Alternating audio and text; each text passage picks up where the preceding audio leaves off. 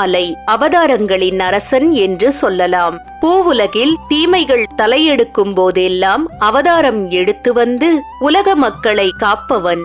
சரி, கடவுள் ஏன் பூமிக்கு அவதாரம் எடுத்து வருகிறார்? அவரும் ஆசாபாசங்கள் உள்ள மனிதனாக பிறந்து பிற மனிதர்கள் மத்தியில் வாழும்போது இப்படித்தான் வாழ வேண்டும் என உணர்த்தவும், சகல உறவுகளோடு பிறந்து அவர்களை விட்டுக் கொடுக்காது அரவணைக்க வேண்டும் என்பதற்காகவும் தான். இந்த பாசுரத்தில் திருமாலின் அவதாரங்களை பற்றி போற்றி பாடடி பெண்ணே என கிருஷ்ணர் கேட்காமலேயே அவரை போற்றி அவரது பெருமையை பாடுகிறார் ஆண்டாள். விஸ்வரூபம் எடுத்து உலகை காலால் அளந்தவரே, உன் பொற்பாதம் தொட்டு வணங்குகிறோம். இலங்கை தீவிற்கே சென்று அந்த ராவணனை வதைத்த உன் துணிவான வீரத்தை எண்ணி பெருமையடைகிறோம்.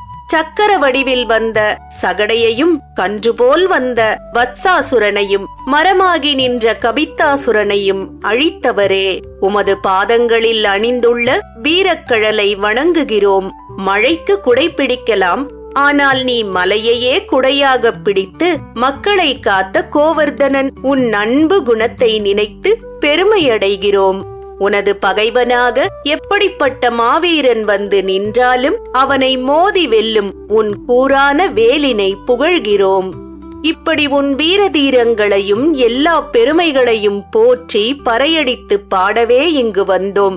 எங்கள் மேல் இறங்கி உன் ஆசிகளை மட்டும் எமக்கு கொடுத்துவிடு, அது ஒன்று மட்டுமே எங்களுக்கு போதும். இப்படியெல்லாம் தினமும் உன்னை நாங்கள் போற்றுவது உன்னிடம் வந்து சேரும் வைகுந்த பதவிக்கே என்பதை சொல்லாமல் சொல்கிறார் நம் ஆண்டாள் நாச்சியார். திருப்பாவை 24ஆம் நாள் பாடல்.